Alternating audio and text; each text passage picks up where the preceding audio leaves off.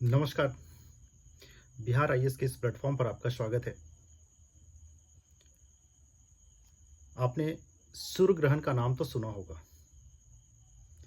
आपने इसे देखने की कोशिश भी की होगी। अक्सर मान्यताओं के अनुसार लोग अलग अलग तरीके से इसे देखते हैं और इसके लिए कुछ मान्यताएं हैं, वो लोग पूरा करते हैं। परंतु आप सभी ये जानते होंगे कि यह सूर्य ग्रहण कब लगता है? जब सूर्य और पृथ्वी के बीच में चंद्रमा आ जाती है, तब यह सूर्य ग्रहण लगता है। आप यह भी जानते होंगे कि यह एक प्राकृतिक घटना है। सूर्य ग्रहण एक वर्ष में 5 बार तक लग सकता है। परंतु क्या आपने कभी ऐसा सोचा है कि आप जब चाहें आप सूर्य ग्रहण देख सकते हैं?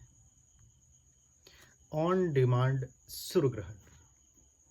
जी हाँ, आज हम इसी के बारे में चर्चा करेंगे। आखिर क्या है ये ऑन डिमांड सूर्य ग्रहण, जिसे आप सूर्य ग्रहण के बारे में अध्ययन कर पाएंगे या उसे देख पाएंगे। सबसे पहले ये समझ लेते हैं कि सूर्य ग्रहण में होता क्या करते हैं। तो सूर्य ग्रहण के समय सूर्य के बाहरी परत, जिसे हम कोरोना के नाम से जानते हैं, उसको देख पाते हैं। उस समय इसकी जो ऊर्जा है या ऊष्मा है वो बहुत ज़्यादा हो जाती है। आइए हम ये समझते हैं कि ऑन डिमांड सूर्य ग्रहण का मतलब क्या है। यहाँ पर यूरोपीय अंतरिक्ष एजेंसी, जिसे हम ईएसए, यूरोपीय अंतरिक्ष एजेंसी ने प्रोबा 3 मिशन की तैयारी कर रहा था, जिसके अंतर्गत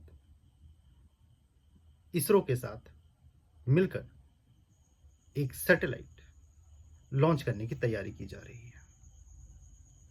अब इसरो, ये सैटेलाइट तैयार किया गया यूरोपीय अंतरिक्ष एजेंसी के द्वारा और इसे लॉन्च किया जाएगा इसरो के द्वारा। आंध्र प्रदेश के सतीश धवन अंतरिक्ष केंद्र से 29 नवंबर को इसे लॉन्च किया जाएगा। अब ये करेगा क्या? तो इसका यूरोपीय अंतरिक्ष एजेंसी के द्वारा प्रोबा 3 मिशन के तहत ये जो सूर्य ग्रहण की जो प्रक्रिया है, इस प्रक्रिया को कृत्रिम तरीके से रचना करना का उद्देश्य है। अब इसमें क्या करेंगे? इस प्रोबा मिशन के तहत 2 सैटेलाइट लॉन्च किए जाएंगे, जिसमें 144 मीटर लंबे सोलर क्रोनोग्राफ का एक रचना किया जाएगा इसके तहत।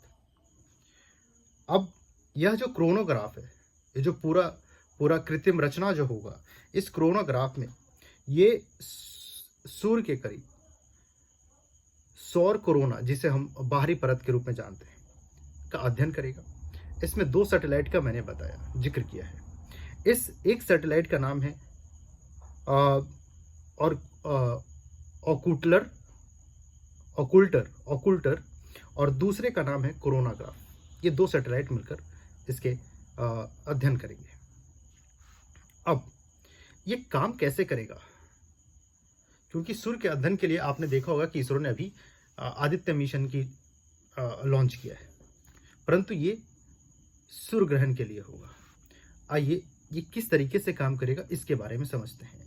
तो प्रोबा 3 मिशन जो इसकी ये 2 सैटेलाइट, इसकी पोजिशनिंग और कोऑर्डिनेशन के ऊपर ये निर्भर करेगा। क्या करेगा इसमें? ये यूरोपीय अंतरिक्ष एजेंसी ने एक आधुनिक तकनीक का विकास किया है, जिसमें कोल्ड गैस थ्रस्टर्स और विजन वेस्ट डिटेक्शन सिस्टम को शामिल किया है। यह क्या करेगा कि यह दोनों एक दूसरे के पोजीशन को इस तरीके से बनाया जाएगा दोनों सैटेलाइट के बीच में, कि जिसके जरिए सूर्य के कोरोना जो बाहरी परत है उसका अध्ययन कर सकेगा। जब कभी भी सूर्य के इस बाहरी परत का अध्ययन के लिए अभी तक सिर्फ इसके या तो इसके जब मिनिमम तापमान हो, जब सूर्य ग्रहण नहीं होता, या जब सूर्य ग्रहण जब उच्चतम तापमान होता, इन दोनों के अध्ययन के लिए ही हमारे पास डिवाइस अवेलेबल थे। परंतु इस यूरोपीय अंतरिक्ष एजेंसी के द्वारा जो तकनीक विकसित किया गया है, इसके तहत अब हम लोग इन दोनों के बीच के इन दोनों के बीच के अंतराल को भी हम लोग अध्ययन कर पाएंगे, जब ये मिनिमम तापमान पे होगा और जब मैक्सिमम तापमान पे होगा, इसकी बाहरी परत। और ये जिस समय ये सूर्य ग्रहण लगता है, उस समय ये बहुत ही चमकीला हो जाता है, इसलिए आप सुनते भी होंगे कि इसे नग्न आंखों के द्वारा नहीं देखा जा सकता है। तो इस अंतरिक्ष में अब हम लोग सूर्य के अध्ययन के लिए जो अंतरिक्ष में मौसम घटनाओं के लिए जिम्मेदार होता है, जिसके कारण अंतरिक्ष में मौसम परिवर्तन होते रहते हैं, इसका अध्ययन बहुत जरूरी है। और इसी अध्ययन को करने के लिए यूरोपीय अंतरिक्ष एजेंसी ने प्रोवा 3 मिशन को लॉन्च करने की योजना बनाई है। अब प्रोवा 3 मिशन के तहत सौर कोरोना के अध्ययन का रास्ता आसान हो जाएगा और हम लोग सूर्य के और भी विभिन्न पहलुओं को समझ पाएंगे। तो ये छोटी सी जानकारी उम्मीद है आप लोग के लिए उपयोगी होगी। इस अंक में इतना ही। अपना ख्याल रखें, खुश रहें। तब तक के लिए धन्यवाद।